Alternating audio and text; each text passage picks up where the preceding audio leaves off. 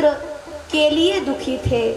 ध्यान से सुनना, पहले आत्मदेव पुत्र के लिए दुखी थे, आज पुत्र से दुखी।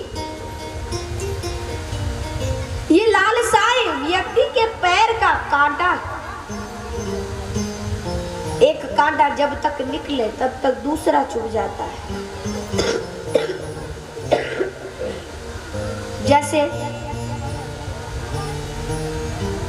पहले लालसा हुई, बढ़िया नौकरी लग जावे, नौकरी लगी, कांटा निकला, फिर दूसरा चुभ गया, घर बन जावे, घर बना, वो कांटा निकला, तब तक दूसरा चुभ गया। ये लालसाएं ही शरीर का कांटा है जो व्यक्ति पर चुभती रहती है। तो लालसा रूपी कांटों से छेदे गए हैं आत्मदेव। पुत्र से बहुत परेशान है, एक कोने पर बैठे हैं और रो रहे हैं। तब तक गोकर्ण महाराज वहां से गुजरे। गोकर्ण महाराज पिताजी को ज्ञान देने लगे, कथा सुनाने लगे। आप क्यों परेशान हैं पिताजी? आत्मदेव ने कहा, तुम्हारे भाई ने मुझे पीटा है। अच्छा, तो दुखी ना होइए। कैसे दुखी ना हो पुत्र? अब तो ज्ञानोपदेश दे रहे हैं। न चेन्द्रस्य सुखम किंचित न सुखम चक्रवर्तिनः सुखमस्ति विरक्तस्य मुनेरेकान्तजीविनः।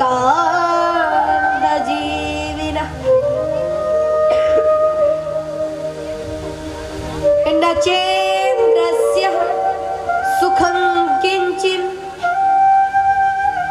एक बार एक भिखारी रोड पर बैठा हुआ था। एक महात्मा जी ने उससे पूछा, क्या तुम सुखी हो? उसने कहा, मैं सुखी कहाँ, राजा सुखी। राजा से कहा, तुम सुखी? बोले, महाराजा सुखी। महाराजा से पूछा, तुम सुखी? बोले, इंद्र सुखी। इंद्र से पूछा, क्या तुम सुखी हो? बोले, हम सुखी। कभी कोई इधर से आ जाता है दैत्य, हमें मार कर भगा देता है, हम भी सुखी नहीं। तो कौन सुखी? ब्रह्मा सुखी। ब्रह्मा से पूछा, आप तो सबका लेख लिखा करते हैं, क्या आप सुखी हैं? बोले, नहीं, मैं भी सुखी नहीं। सुखी तो भगवान नारायण है जो सोए हुए, आराम से पड़े हुए। नारायण भगवान से पूछा गया, प्रभु क्या आप सुखी?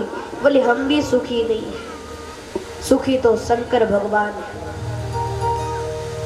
और सुखी राम के दास।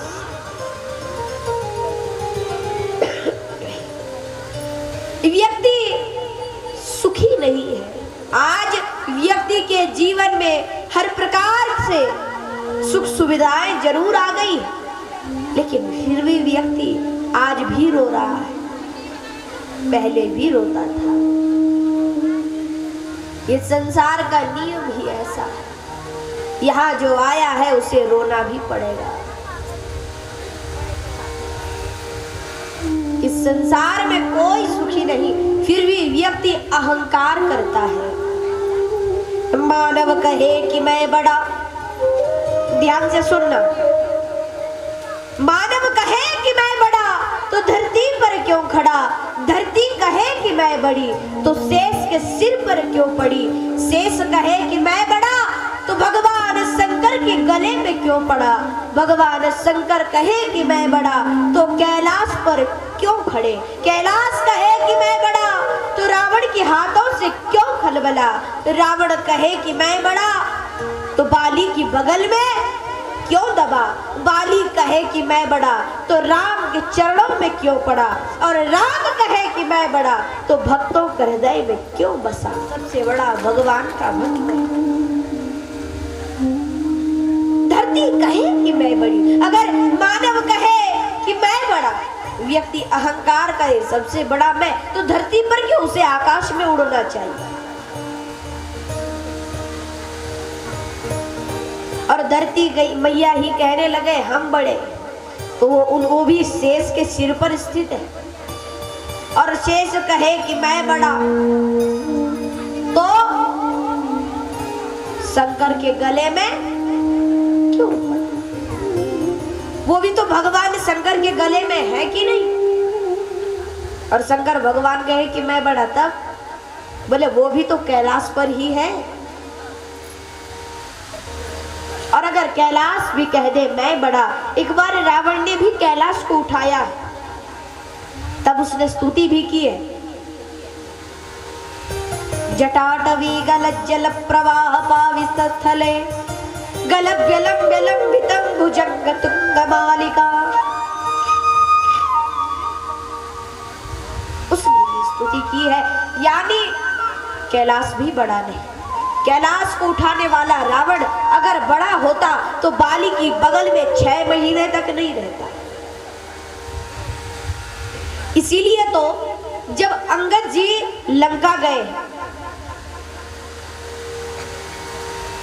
हम फिर से आपको कहते हैं, कल हमने आपसे कुछ कहा था, याद है आप लोगों को? कुछ कहा था आपसे, घर पर ले आना, क्या ले आना, याद करो। रामचरितमानस कौन कौन लाया, हाथ उठाना जरा। भाई ऐसा कैसे होगा, हम तो देवभूमि के वासी, हमको तो रामायण याद होनी चाहिए थी, और नहीं तो अपने पास जरूर रखो। रामचरितमानस में अंगद किसका बालक है? बाली, वाली का पुत्र है अंगद। अंगद को जब भेजा है राम जी ने रावण को समझाने के लिए, तब रावण बड़ी बड़ी बातें कर रहा था, मैंने तो भगवान शंकर को 10 सिर चढ़ा दिए, ये कर दिया वो कर दिया। बाली ने के पुत्र अंगद ने पूछा, भाई एक बात बता, तू कौन सा रावण है? क्या पूछा? तुम कौन से रावण हो? तुम वो रावण हो जो मेरे पिताजी के बगल में 6 महीने तक दबे रहे, या तुम वो रावण हो जिसे सुतल लोक में गए बलि को हराने बच्चों ने पकड़कर घुड़साल में बांध दिया? कौन से रावण हो? या वो जिसे सहस्त्रबाहु ने भी बगल में दबाया था? तुम कौन से रावण हो? इसीलिए व्यक्ति अहंकारी नहीं होना चाहिए। तो रावण अगर कहे मैं बड़ा, तो वो भी किसकी बगल में दबा था? बाली के। और वाली कहे कि मैं बड़ा, तो राम के चरणों में क्यों? मरते समय वो भी राम जी के चरणों में गिर गया और उनसे प्रार्थना की, प्रभु मैं तुम्हारा दुश्मन क्यों बना और सुग्रीव तुम्हारा प्यारा कैसे बन गया? अगर सीता जी को ही लाना होता, एक बार मुझसे कह देते, रावण को लंका सहित यहाँ ले आता। क्योंकि भाई जिसने रावण को अपनी बगल में दबाया हो, कोई कम था क्या? बाली चाहता तो लंका को ही उठा कर ले आता इधर। कहा तो मैं इतना, आप तो सबके हैं ना, फिर भी आपने भेदभाव क्यों किया प्रभु? एक बार एक सेठ जी थे, वो जब चलते थे ना, सुबह सुबह अच्छी हवा में घूमना चाहिए, तो जब वो सेठ जी टहलने के लिए सुबह के समय निकलते, तो उन्हें 4 पैर दिखते। कितने पैर? 4, 2 अपने और 2 भगवान के। ध्यान से सुनना, दो अपने पैर और दो भगवान के पैर दिखते थे। कुछ दिनों बाद सेठ जी दरिद्र हो गए, गरीब हो गए। अब वो दो पैर दिखने उन्हें बंद हो गए। वो बहुत रोए, चलो जब मेरे पास धन नहीं है अभी, कोई बात नहीं, कोई मेरा नहीं, प्रभु भी मुझे छोड़कर चले गए। कुछ सालों बाद वो सेठ जी फिर से सेठ हो गए और अब वो चार चरण उन्हें फिर से दिखने लगे, दो अपने और दो भगवान के। सेठ जी ने कहा निकल जाओ यहां से, जब मैं परेशानी में था तुम्हारे चरण तो मुझे दिखे नहीं, अब आ रहे।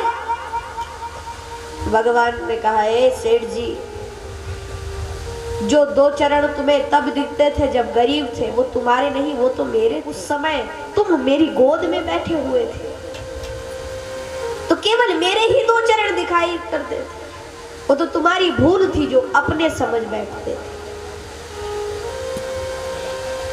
इसीलिए भगवान अपने भक्त को गोद में खिलाते रहते हैं। फिर अगर बाली भी कहे तो बाली ने प्रश्न किया, आपके तो सब समान है प्रभु, फिर भी मैं बैरी, मुझे आपने अपना दुश्मन क्यों समझ बैठा, क्यों बैठे? भगवान ने ध्यान से सुनना, एक ही बात कही, वाली तुम मेरे शत्रु नहीं, तुम्हारे अंदर दुर्गुण ही मेरे शत्रु थे। इसीलिए बाली ने भी भगवान की शरणागति स्वीकार की। तो राम जी अभी कहे कि अब तो मैं ही बड़ा, तो राम जी भी किसके अधीन है? अहं भक्त पराधीनो या स्वतंत्र इव द्विजा साधुभिर्ग्रस्त हृदयो भक्तैर्भक्त जनप्रिया। भक्ताधीन है, ये भगवान ने स्वयं स्वीकार किया। भागवत जी के 9वें स्कंद में भगवान ने बताया है कि अहम भक्त पराधीनो, भक्त के अधीन है।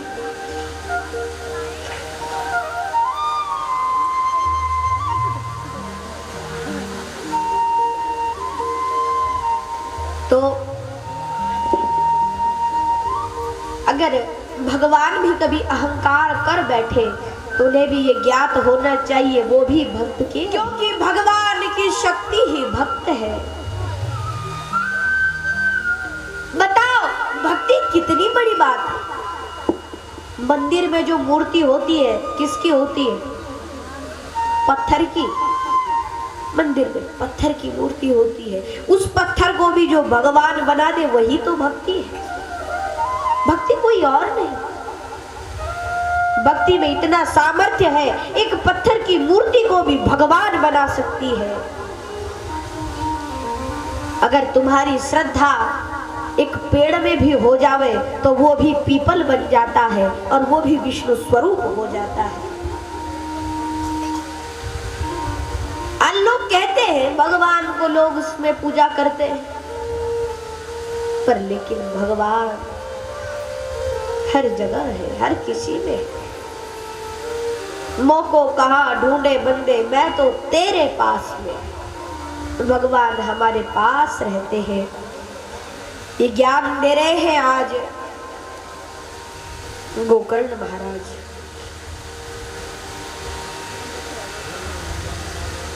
ज्ञानोपदेश करें। दूसरे श्लोक में अब कहा देहे स्तिमान सरुधिरे विमति त्यजत्वं जाया सुतादिषु सदा ममता विमुच्य पश्यानि जगदिदं क्षणभङ्गनिष्ठं वैराग्यरागरसिको भवभक्तिनिष्ठम्। भव भक्ति निष्ठ।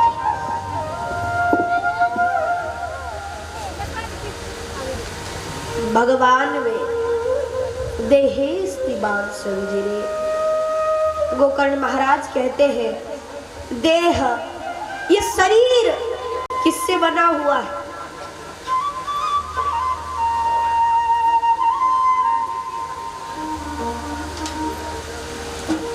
इस शरीर में व्यक्ति को कितना प्रेम होता है, दिन भर उसे सजाने में ही व्यक्ति लगा रहता है।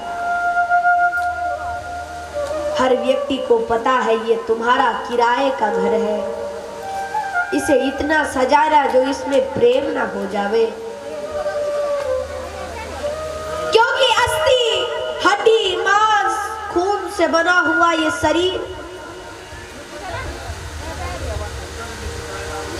इसमें व्यक्ति को प्रीति होती है। ध्यान से सुनना आप लोग। देहेस्तिमान सरुधिरे भीमतिं त्यजत्वं जाया सुतादिषु सदा ममतां विमुञ्च। अरे तोड़ो इस माया के बंधन को जिससे हम लोग बंधे हुए हैं।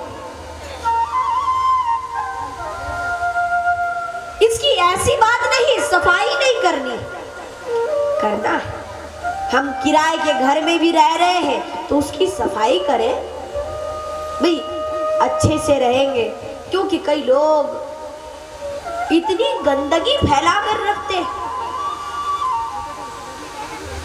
और ये मत सोचना कोई और है, हम में से ही कई लोग होंगे इतनी गंदगी फैला कर रखते हैं। अरे गंदगी तो भगवान को भी पसंद नहीं, इसीलिए तो सुबह के समय ओस से सबको धो देते हैं। गंदगी भगवान को भी अच्छी नहीं लगती। जरूर ये किराए का घर है, लेकिन थोड़ा सजा कर रखना है, क्योंकि भगवान को लौटाओ तो जैसा लिया था वैसा ही देना होगा।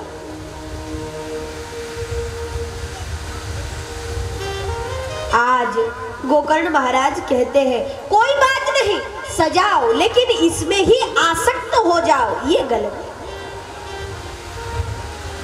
इसमें आसक्त नहीं होना।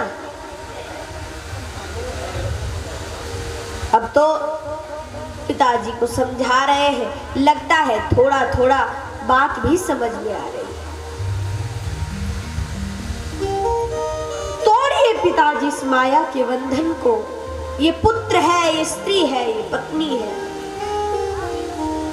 इनको छोड़ो।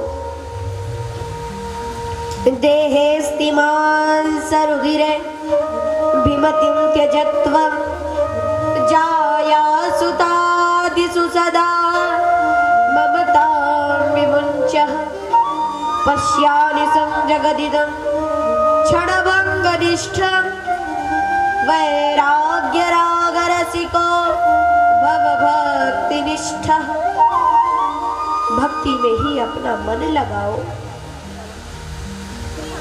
आज लोग कई जगह मन लगाया करते हैं, एक बार भक्ति में भी तो मन लगा कर देखो। ये भक्ति एक रोग है, ये भक्ति एक रोग है जो फैलती बहुत जल्दी, संक्रामक रोग।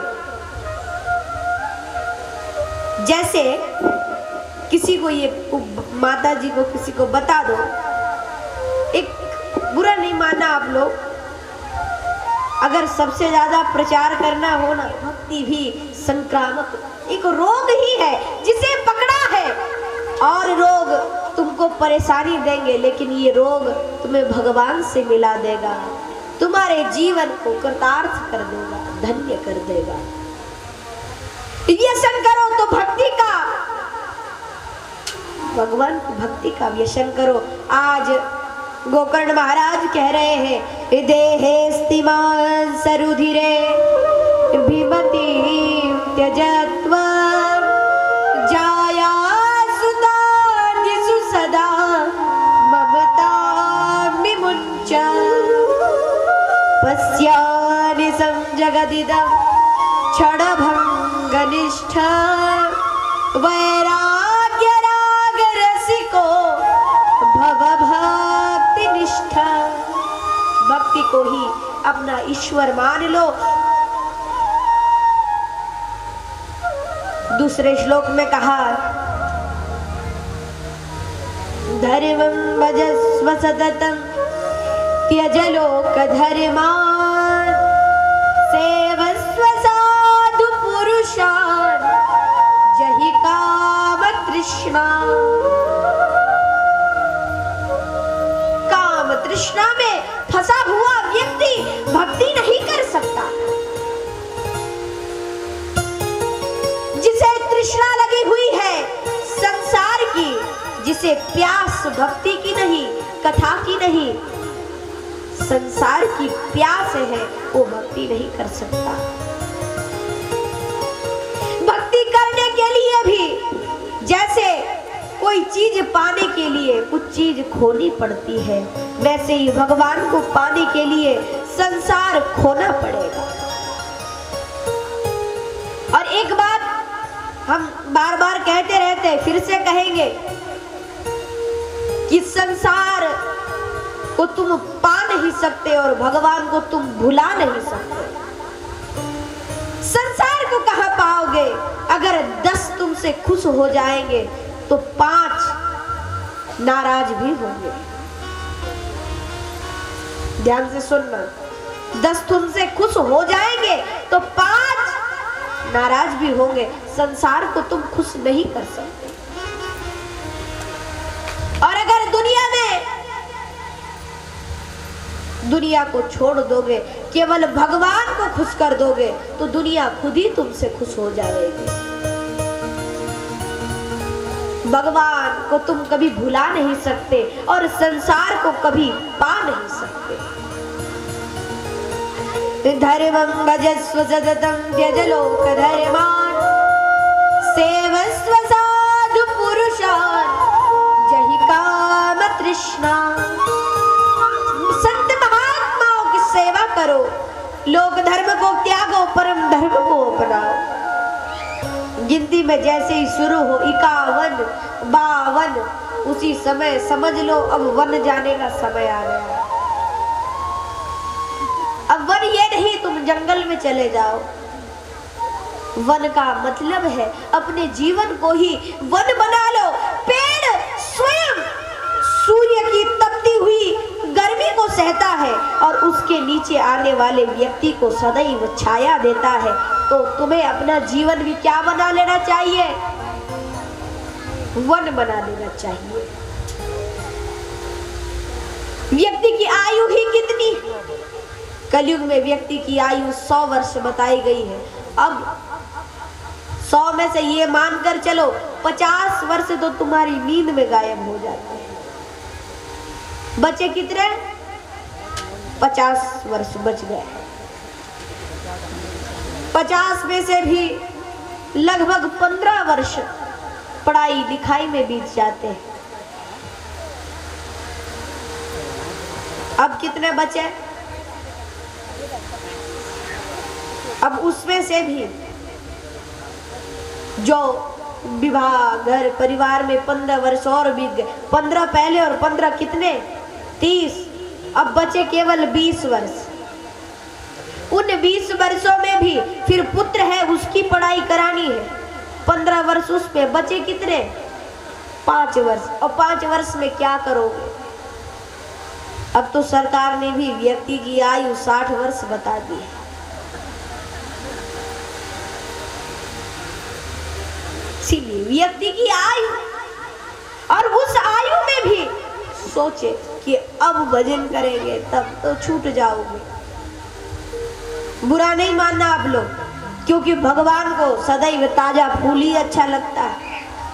अब आयु हो गई 80 साल की, फिर कभी इधर गिरे कभी उधर, फिर भगवान का नाम ले, क्या नाम लोगे फिर? अरे लोग कहते हैं जब बुढ़ापा आएगा तब भगवान का भजन करेंगे। बुढ़ापा भी क्या भगवान के भजन करने के योग्य है क्या? बुढ़ापा तो केवल चिंतन करने का है। कोई आदत अगर अपने में डालना चाहते हो तो पहले से ही डालो, बाद में तो कोई आदत नहीं पड़ेगी। आदत डालनी है तो पहले से डालो। अब वृद्ध हो गए हैं, कंठावरोधन विधौ स्मरणम कुतस्तई। कपिल देव भगवान कहते वायुनोद कर्मतोत्तार कफा संरुद्ध नाड़िके कास श्वास कृतायास कंठे घुरघुरायते। तब भगवान का भजन करो, गले से आवाज बाहर आती नहीं। कब से भरा रहता है गला, शरीर में इतनी शक्ति तो है नहीं कि बिना सहारे के उठ सके, तो भगवान का भजन क्या खाक करो। इसीलिए अगर भगवान का भजन करना है तो युवा अवस्था से ही होना चाहिए। और जितनी आदत पड़ेगी, हमने कई महात्माओं को देखा, कई देखा भी करते हैं, बचपन से ही लगे रहते, बुढ़ापे में उनकी जीभ अपनी आप चलती। जहां हम लोग पढ़ा करते थे वृंदावन में, क्योंकि हमारी शिक्षा भी वहीं से हुई, वहां एक महात्मा जी आते थे गुरु जी के यहाँ। वो बात करे किसी से तो उनकी जीभ रुके भी तो चलती रहती थी। एक दिन हमने पूछा, भाई आप की जीभ हिलती क्यों रहती? बस लगे रहते थे राम राम राम राम राम, राम लगे रहते थे। जीभ को अगर चुप रहना है, कई बार पकड़ लेते थे तब रुकती थी। आदत डालनी है तो इतनी डालो कि मुंह से राम के अलावा कुछ ना निकले। और वो किसी से बात भी करे तो बात करते करते राम खुद ही मुख से निकल जाए। आदत डालनी है तो इतनी डालो, सो रहे हो सपने में भी मुख से राम निकल रहा है, वो तो भक्ति है। इसीलिए युवा अवस्था ही से ही शरीर में आदत होनी चाहिए। और भगवान से प्रेम तभी होगा जब भगवान की कथाओं को सुनोगे। आज गोकर्ण महाराज ने कहा, पिताजी जंगल जाओ और दसम स्कंद का पाठ करो श्रीमद् भागवत महापुराण के, और अपनी मुक्ति को प्राप्त हो जाओ। सेवस्व साधु पुरुषान जहि काम तृष्णा। सेवा करो संत पुरुषों की, उनकी चरणों की धूल को सिर पर लगा लो, जीवन सफल हो जाएगा। सेवस्व साधु पुरुषान जहि काम तृष्णा अन्यस्य दोष गुण चिंतन मासु मुक्त्वा सेवा कथा रसमहो नितराम पिबत्व। देव जंगल की ओर चल दिए। जंगल में जाकर भगवान का भजन किया, दसम स्कंधस्य पाठात्, दसम स्कंद का पाठ किया और मुक्ति को प्राप्त हो गए। बोले गोकर्ण महाराज की, आत्मदेव महाराज की। गोकर्ण और आत्मदेव व्यक्ति का सच्चा साथी उसका ज्ञान होता है। गोकर्ण आत्मदेव के ज्ञान है। तो अब धुंधली तो कुएं में कूद कर मर गई और गोकर्ण महाराज तीर्थाटन करने के लिए चल दिए। इधर दुंदुकारी घर में अकेला तो 5 वैश्याओं को ले आया। ये 5 वैश्याएं हर व्यक्ति के अंदर है। हर व्यक्ति के पास 5 वैश्याएं स्थित है। ये कोई और नहीं, 5 इंद्रियां ही है। हमारी 5 इंद्रियां अपनी अपनी और हर व्यक्ति को खींचा करती है। जीभ कहती है अच्छा चखना, अच्छा अच्छा। आंख कहे अच्छा देखना, त्वचा कहे अच्छा स्पर्श करना, कान कहे अच्छा सुनना, नाक कहे अच्छा सूंघना। ये सब अपनी अपनी ओर खींचती है। प्रहलाद जी महाराज सप्तम स्कंद में कहा करते हैं, जिह्वै न भक्ति भगवद गुण नाम धेय चेतस्य नरस्मरित चरणारविंद जिह्वै कतोच्युत विकर्षिति मा वितृप्ता शिश्रोऽन्यतस्त्वगुदरं श्रवणं कुतश्चित् घ्राणोऽन्यतश्च बलदृक् क्वच कर्म शक्तिर् बहव्या सपत्नी इव गेह पतिं लुनन्ति। जैसे एक व्यक्ति की 2 पत्नियां हो जाए वो उनसे ही परेशान हो जाता है, और हम सब लोगों को तो भगवान ने 5-5 पत्नियां दी है। प्रभु हमारा क्या हाल हो रहा होगा।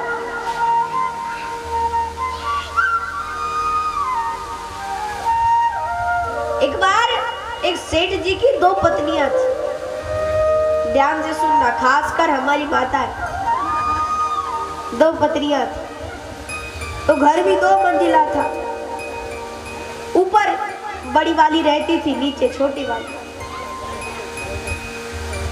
अब एक दिन सेठ जी ऊपर रहते, एक दिन नीचे रहते। आज नीचे वाली ने कहा, अरे भाई मैंने अच्छा भोजन बनाया, आज यही रह जाओ। सेठ जी ने कहा नहीं नहीं, वो नाराज हो जाएगी। वो सेठ जी ऊपर जाने लगे, नीचे वाली ने पैर पकड़ लिया। अब सीढ़ी पर चढ़े तो चढ़े कैसे? आधी सीढ़ी पर पहुंचे हुए हाथ से सीढ़ी पकड़ी है। ऊपर वाली ने आवाज सुनी, आई क्या हुआ? उसने देखा, उसने हाथ पकड़ा। अब एक ने पैर, एक ने हाथ, एक ऊपर खींचे तो एक नीचे। सेठ जी की बड़ी बुरी दशा हो गई। वहां रात में चोरी करने के लिए वो चोर भी आया था। उसने चोरी की और ये सब देखने लगा। अब सेठ जी को कोई एक ऊपर खींचे, एक नीचे, बेचारे ऐसा बुरा हाल। चोर अब हंसा तो फंसा, हंसने लगा। सेठ जी ने कहा छोड़ो छोड़ो, कोई आया है, चोर है। दोनों ने छोड़ दिया। अब तो सीढ़ी से ऊपर से गिरे, बड़े संभले और चोर को पकड़ा, ले गए उन्हें। लो इन्हें पुलिस थाने में डाल। उन पुलिस वालों ने भी कहा, भाई सैनिकों ने, भाई ऐसा बताओ सेठ जी, आप बड़े सज्जन व्यक्ति हैं, आपके घर पर इतनी रात को आया था, रंगे हाथों पकड़ा, बताओ क्या करें इसका? तो क्या करें इसका? जानते हो, सुनकर बड़ा आश्चर्य हुआ। सेठ जी ने क्या कहा? बोले इसकी 2 शादी करा दो। चोर ने सब देखा था, इसलिए कहने लगा, बोले फांसी पर लटका दो, अच्छा है, पर ऐसा नहीं करो। सेठ जी ने कहा, भाई पूरा खर्चा हमारा, पर इसकी 2 शादी करवा दो।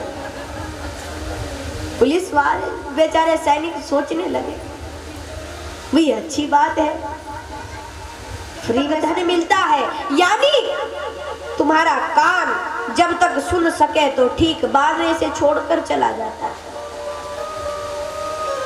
सुनना बंद कर देता है। अब यही देखो, तुम कान पर ज्यादा शोर वाली आवाज लगाओ तो तुम्हारे कान फट जाएंगे। यानी कानों को प्रिय लगने वाली अगर उन्हें वस्तु नहीं मिली तो वो चले जाएंगे तुम्हें छोड़कर। आंखों को अगर ज्यादा देर तक किसी चीज को देखे रहे, पलके न झपकाई, तो आंखों में भी दर्द शुरू हो जाता है। यानी ये भी झगड़ा करना शुरू कर देती है कि हम चली जाएंगे। इसीलिए जब तक इनका पालन पोषण होगा, ये तब तक ही तुम्हारी साथी। शरीर को जब तक खिलाओगे तब तक आंखें भी देखेंगी, और जिस दिन दांत मुख में नहीं रहे, चौखट हट गई, भले ही नई चौखट लगवा लेना, पर लेकिन आंखें फिर खुद ही बंद हो जाएंगी। इसलिए ये तब तक की साथी है। धुंधुकारी ने जब तक इनका पालन पोषण किया वो उसी के साथ रही, लेकिन कुछ समय बाद उन्होंने सोचा अब ये हमें कुछ नहीं दे सकता, इसलिए उसे मारकर वही गड्ढा खोदा और वही गाड़ दिया। धुंधुकारी की मृत्यु हो गई। तप्तांगार समूहाश्च तन्मुखे ही विचिक्षिपुः, गरम गरम अंगारे उसे खिलाए गए, तब जाकर मरा, उसे गाड़ दिया। वैश्याएं चली गई अपने अपने स्थान को। अब गोकर्ण महाराज का तीर्थाटन पूरा हुआ, गया में ही थे, तब तक पता चला मेरे भाई की मृत्यु हो गई है, इसीलिए श्राद्ध कर दिया। ध्यान से सुनना, पूछेंगे आप लोगों से बीच में। तो श्राद्ध किया, श्राद्ध कर कर घर पर आए, अपना आसन बिछाया, लेटे गोकर्ण जी। रात्रि का समय हुआ, 12 बजे कि धुंधुकारी नाम का प्रेत वही प्रकट हो गया। सकृन्ने सकृद्धस्ति सकृच्च महिषो भवत्, सकृच्चाग्नि सकृच्चन्द्र पुनश्च पुरुषो भवत्। कभी हाथी हो जाता, कभी इंद्र बन जाता, कभी अग्नि बन जाता, अनेक प्रकार के रूपों को धारण करने लगा। क्योंकि प्रेत के पास ये सामर्थ्य होता है, वो कुछ भी बन सकता है और कभी भी बन सकता है। अरे एक चीज पूछे आप लोगों से, किसी के मन में प्रेत बनने की इच्छा है? कहा आवाज नहीं आती, क्योंकि उसके लिए तो वायु लेना भी कठिन है। सुई की नोक के बराबर गला है, कैसे श्वास लेगा? तो आज गोकर्ण जी ने अभिमंत्रित जल लिया, जैसे ही छीटा कहने लगा, अहं भ्राता त्वदीयोऽस्मि धुंधुकारीति नामतः, मैं आपका ही भाई धुंधुकारी हूँ। स्वकीयेनैव दोषेण ब्रह्मत्वं नासित्वं मया, केवल अपने ही बुरे कर्मों के द्वारा दुर्गति को प्राप्त हुआ। तब तो गोकर्ण महाराज ने कहा, बोले तुम्हारा तो हमने श्राद्ध कर दिया है। कहाँ श्राद्ध किया है? अभी बताया था आप लोगों को। कहाँ श्राद्ध किया? गया में। बहुत अच्छे, तो गया में श्राद्ध हुआ है, पर लेकिन फिर भी तुम्हारा उद्धार क्यों नहीं हुआ? क्यों नहीं हुआ धुंधुकारी का उद्धार? बताओ भाई। देखे तो अब गोकर्ण जी से गलती हो सकती है, लगता है आप लोगों को? गोकर्ण जैसे ज्ञानी से कभी गलती होगी क्या? बिल्कुल नहीं हो सकती। सोचो ही मत इस बारे में। तो जब गलती नहीं हो सकती ही तो गड़बड़ कहाँ हो गई? अब एक चीज पूछे आप लोगों से, धुंधुकारी किसका पुत्र है? माता, आवाज आनी चाहिए आप लोगों की। जैसे बीच बीच में कभी माताएं बात करने लगती है ना, उसकी आवाज बहुत दूर तक जाती है। वैसे ही धुंधुकारी किसका पुत्र है? बिल्कुल गलत। धुंधुकारी धुंधली का पुत्र है क्या? अरे धुंधुकारी तो धुंधली की बहन का पुत्र है। इसीलिए कहते हैं, ध्यान से सुना कर, तो जब बहन का पुत्र है और गोत्र भी अलग होगा, लेकिन गोकर्ण महाराज को क्या पता? ये तो केवल 3 लोगों को पता है, धुंधली को, धुंधली की बहन को और धुंधली की बहन के पति को। गोत्र में गलती हो रही थी, इसीलिए धुंधुकारी का उद्धार नहीं हुआ। तो हम तो अब श्रीमद् भागवत की कथा करेंगे। गोकर्ण महाराज ने कहा, कोई बात नहीं भाई, तेरा अवश्य उद्धार करूंगा, तुम कुछ दिन रुक जाओ। कई लोगों से अगले दिन सुबह होते ही गोकर्ण जी ने पूछा, पर जब गोकर्ण जी को ही पता नहीं तो किसे पता होगा? तब तब उन्होंने स्वयं सूर्य को रोक दिया और सूर्य से प्रश्न किया, महाराज बताइए कि मेरे भाई का उद्धार कैसे होगा।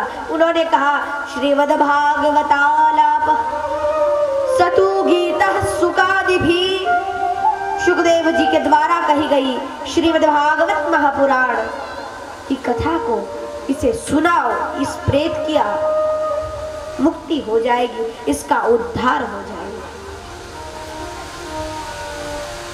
तो उद्धार होगा धुंधुकारी का, ये तो तभी पता चलेगा। अब आगे क्या होता है। अब तो गोकर्ण महाराज कथा कहना प्रारंभ किया। कई लोग दूर दूर से कथा सुनने आए। धुंधुकारी भी एक बांस में जाकर बैठ गया और गोकर्ण जी की कथा सुनने लगा। बड़े ध्यान पूर्वक मनन करता हुआ, चिंतन करता हुआ। आप लोगों को भी ऐसी ही कथा सुननी। पहले दिन की कथा हुई, पहली ग्रंथि फट गई, दूसरे दिन में दूसरी, तीसरे दिन में तीसरी। इस प्रकार 7 दिवसीय इस कथा में वो 7 ग्रंथियां टूट गई।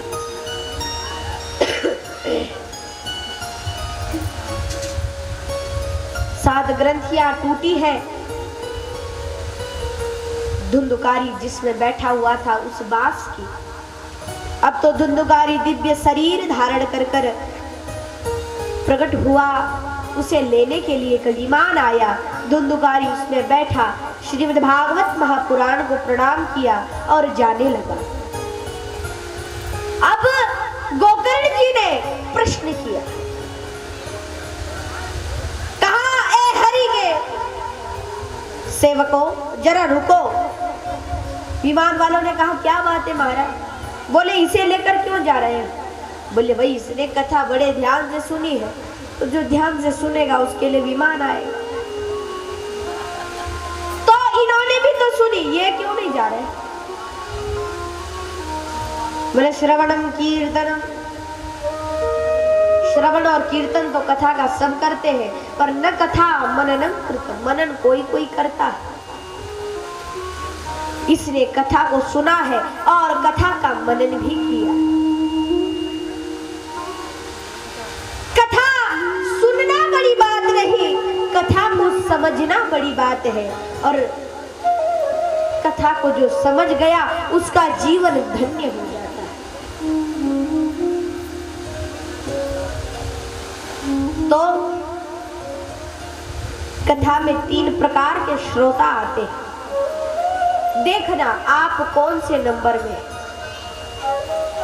पहला होता है श्रोता, फिर होता है सरोता और अंतिम होता है सोता। सोता कौन कौन है, हाथ उठाना जरा। जो श्रोता है, सोता कौन कौन है।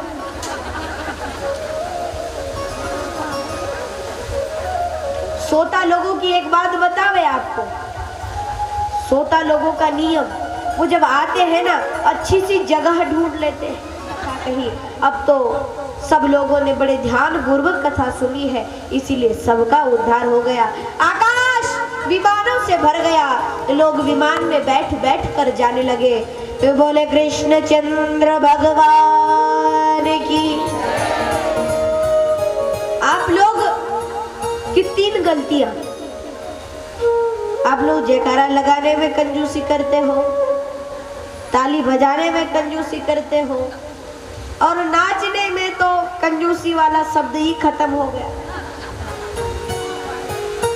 तो जोर से एक बार तुम बोले, श्रीमद्भागवत महापुराण की, कृष्णचंद्र भगवान की, गोकर्ण महाराज की। उद्धार हो गया है सब लोगों का। जिस प्रकार अयोध्या वासिनः पूर्व यथा रामेण संगीतः, जैसे राम जी ने अयोध्या का उद्धार करा दिया था, वैसे ही गोकर्ण महाराज ने उत्तम नगर का ही उद्धार करा दिया। धन्य भागवती वार्ता प्रेत पीड़ा विनाशिनी। धन्य है ये श्रीमद् भागवत जो एक प्रेत का भी उद्धार कर देती है। इसीलिए अब तो नारद जी अति प्रसन्न हुए। पूछा इसकी विधि क्या है। अब विधि का वर्णन करने लगे। वक्ता कैसा होना चाहिए। विरक्तो वैष्णवो विप्रो वेद शास्त्र विशुद्धिकृत दृष्टांत कुशलो धीरो वक्ता कार्योति निष्प्रिय। वक्ता विरक्त होना चाहिए अर्थात लालची नहीं होना चाहिए। कई लोगों को बड़ा लालच होता है, वक्ता लालची नहीं होना चाहिए। वैष्णव ब्राह्मण विष्णु दीक्षा जिसने ली हुई हो ऐसा वक्ता होना चाहिए, वैष्णव होना चाहिए। विरक्तो वैष्णवो विप्रो ब्राह्मण होना चाहिए। वेद शास्त्र विशुद्धिकृत जिसे वेद शास्त्रों ने स्वीकृत कर दिया है ऐसा वक्ता हो। दृष्टांत कुशल धीरो जहां से समझ ना आवे वहां दृष्टांत देकर समझा सके ऐसा वक्ता होना चाहिए। अब श्रोता कैसा होना चाहिए। श्रोता सरोता नहीं होना चाहिए और श्रोता सोता नहीं होना चाहिए। अब नारद जी ने कहा महाराज जरा भूख के लिए भी कुछ बताओ, क्योंकि कलयुग के लोगों को बहुत भूख लगती है। जरा भोजन की भी कुछ बात बताओ। अब तो नारद जी महाराज से कहने लगे शनकादिक ऋषि, अरे भोजनम दुवरम मन्ने कथा विघ्न करो यदि। कथा में 7 दिन तक निर्जल होकर कथा सुनना चाहिए।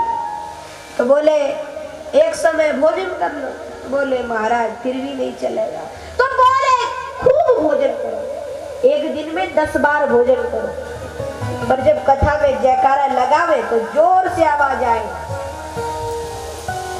इतना भोजन करो कि ना तो नींद आवे, नींद भी नहीं आनी चाहिए, क्योंकि जब पेट भर जाता है तो लोगों को नींद आ जाती है, नींद भी नहीं आनी चाहिए। इतना भोजन करना चाहिए जिससे कि हम अच्छे से कथा सुन सके। इसीलिए इस प्रकार चर्चा हो रही थी। अब तो बड़े बड़े ऋषि मुनि वहां पहुंच गए हैं। प्रहलाद स्थानधारी तरल गति दया चोद्धव कांस्यधारी वीणाधारी सुररसी स्वर कुशल दया राग करता अर्जुनो इंद्रो वादिन मृदंगम जय जय शुक्र कीर्तने दे कुमारा यत्राग्रे भाववक्ता सरसर चनया व्यासपुत्रो बभूव। प्रहलाद जी ताली बजा रहे हैं। प्रहलाद स्थानधारी तरल गति दया चोद्धव कांस्यधारी उद्धव कांस बजाने लगे, इंद्र मृदंग बजाने लगे, सब कीर्तन करने लगे। आइए हम सब लोग भी महात्म्य को विराम दें।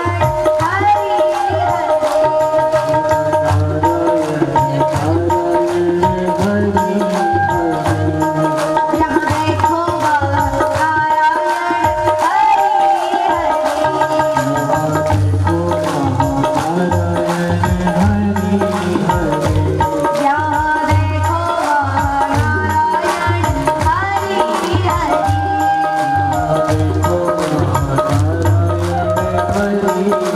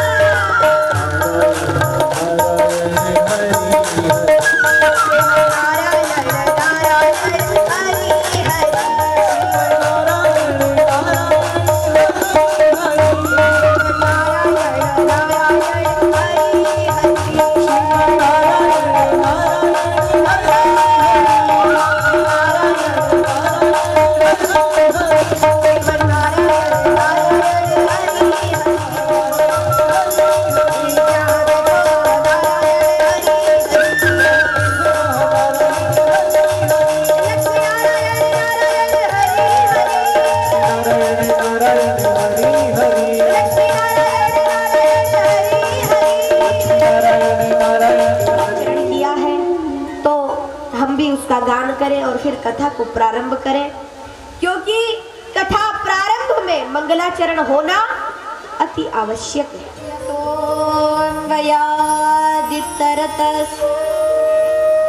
चार्थे स्वभिज्ञः स्वराट् तेने ब्रह्महृदाय आदिकवये मुह्यन्ति सूरयः तेजो वारिमृदां यथा विनिमयो यत्र त्रिसर्गो मृषा धाम्ना स्वेन सदा निरस्तकुहकं सत्यं परं धीमहि सत्यं परं धीमहि सत्यं परं धीमहि। व्यास जी कहते हैं जन्माद्यस्य, इस मंगलाचरण को जैसे प्रारंभ किया। वैसे अगर हम अन्य पुराणों पर चर्चा करें या रामचरितमानस पर भी जाए तो वहां किससे प्रारंभ हुआ है? वर्णानाम अर्थ संघानाम, व से वर्ण से प्रारंभ है और रामचरितमानस का अंतिम मानवा शब्द पे विराम है। यानी अगर तुम्हें रामचरितमानस सुननी है तो पहले ये वर्ण के अनुसार नहीं, जाति के अनुसार नहीं, पहले तुम्हें मानव बनना होगा, तभी तुम कथा सुन सकते। ये रामचरितमानस का नियम और भागवत जी का नियम उस वो से शुरू हुई। शिव पुराण देखे व्यास जी की लिखी हुई, आद्यंत मंगल मजा समान भाव मार्यम तमी समजरा मरमात्मदेवम पंचाननं प्रबल पर च विनोदशीलम संभावये मनसि संकरमं निकेशम। उसका शुरुआत आ से हुआ। व्यास जी आपने श्रीमद् भागवत महापुराण रूपी 5वें वेद को ज से क्यों प्रारंभ किया? ज विरह का अक्षर है, इसीलिए तो गोपियां जब रो रही थी रुरुदु सुस्वरम राजन, सुखदेव जी ने सिद्ध कर कर कहा जब वो रो रही थी उन्होंने किससे प्रारंभ किया? ज से, क्योंकि ये ज जकार है, विरह का अक्षर है। जयति तेदिकं जन्मना ब्रजा श्रायत इंदिरा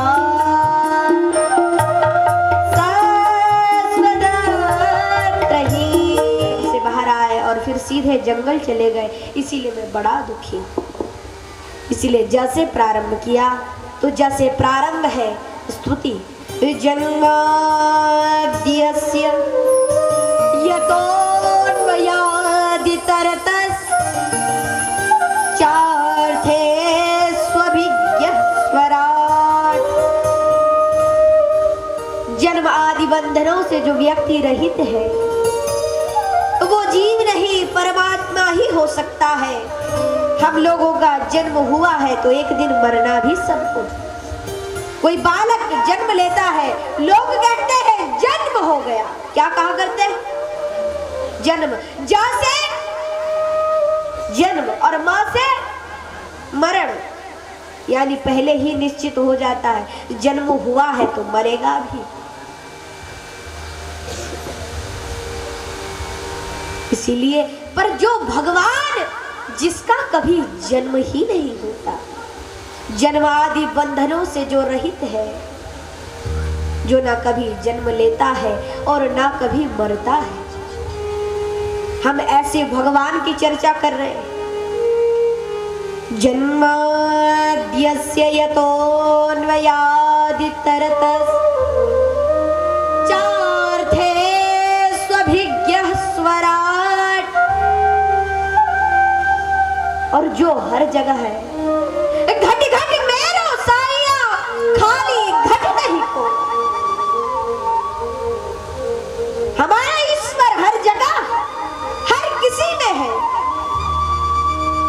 भगवान को देखने वाली नजर चाहिए। भगवान तुम्हें खुद ही दिख जाएंगे। कहां नहीं है भगवान? एक बार राजा ने अपने मंत्री से पूछा, क्या भगवान कहां है? मंत्री ने कहा, दूध मंगवाया, इसमें घी कहां? दूध में घी है या नहीं? आवाज नहीं आती आप लोगों? दूध में घी है या नहीं? और अगर हम अभी दूध मंगावे तो बता सकते हो कहां पर है? ग्लास में दूध रखा है, हमने स्वीकार किया कि इसमें दूध है, तो हमें स्वीकार करना ही होगा कि इसमें घी भी है।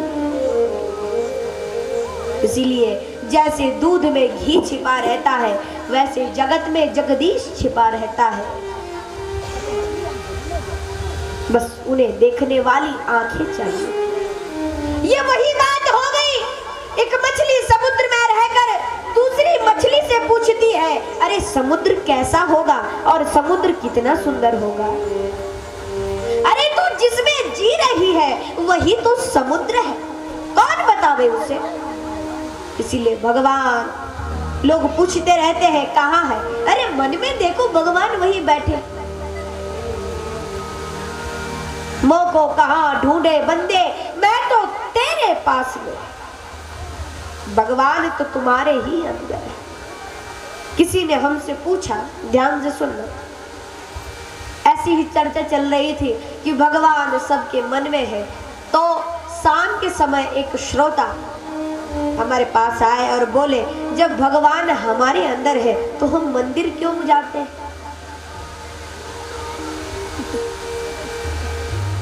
जब भगवान हमारे अंदर है तो मंदिर क्यों बना? तो भाई बात यह है, हवा चल रही है कि नहीं? ये पंखा बंद भी हो जाए तो हवा तो तब भी है, और लेकिन जब ज्यादा ताप लगता है तब पंखा खोला जाता है। वैसे भगवान तो हर जगह है, पर जब संसार की आग का ज्यादा ताप बढ़ने लगता है तब मंदिर में शांति के लिए जाना पड़ता है। मंदिर तो शांति का केंद्र बनाया गया है, इसीलिए भगवान हर जगह है। तुम प्रेम से तो देखो। इसीलिए चार्थे स्वभिज्ञः स्वराट् तेने ब्रह्म हृदय आदि कवये मुह्यन्ति यत् सूरयः मुह्यन्ति यत् सूरयः। सूर्य क्या उन्हें प्रकाश देगा? जो सूर्य जिनकी कृपा से चमक रहा है। भगवान ने चतुर्थ स्कंद में श्रीमद् भागवत महापुराण में कहा गया है, मद्भयात् वातिवातोऽयं सूर्यस्तपति मद्भयात्। सूर्य भी मेरे ही भय से चमकता है। इसीलिए सब भगवान के अधीन है। तेजो वारि मृदां यथा विनिमयो यत्र त्रिसर्गो मृषा। ऐसे परम सुंदर भगवान के 3 धाम हैं, श्री गोकुल, वृंदावन और द्वारका। ऐसे 3 धामों में प्रभु निवास करते हैं। भगवान का एक बात कहनी है, आप लोगों से कह दे। भगवान आप लोगों से कह रहे हैं कि हम ऊपर भी चलो। आप लोग अगर ऊपर जाओगे तो ऊपर भी हमारे पास पहुंचोगे। ऊपर भी हमारा धाम वैकुंठ। नीचे जाओगे कोई बात नहीं, नीचे भी हमारा धाम वृंदावन। पर इधर उधर नहीं जाना, या तो ऊपर और या तो नीचे, क्योंकि जो बीच में रहेगा उसकी हालत त्रिशंकु जैसी। 9वें स्कंद में एक राजा है त्रिशंकु। गुरुदेव विश्वामित्र की कृपा से चला तो गया स्वर्ग को, लेकिन देवताओं ने धक्का दे दिया।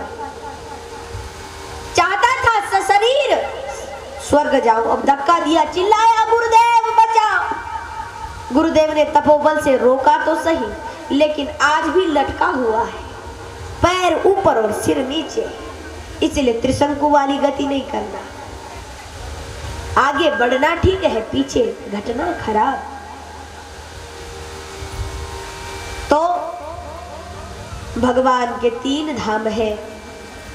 व्यास जी कहते हैं सत्यम परम धीमहि, ये पुराण ना ही ब्रह्मा का है, ये पुराण ना ही विष्णु का है, और ये पुराण ना ही शिवमय है।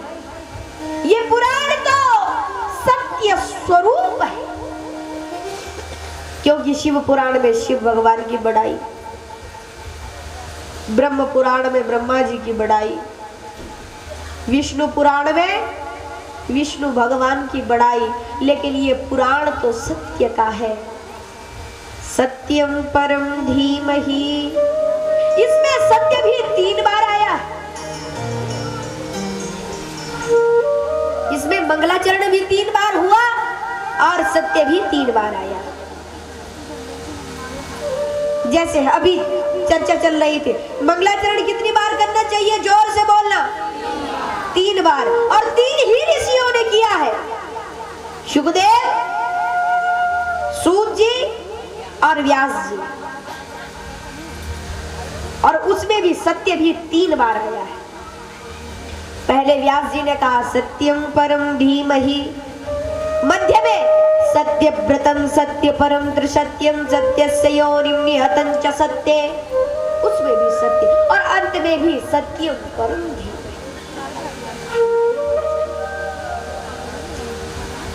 इसीलिए ये पुराण सत्यमय है। इस प्रकार बताया।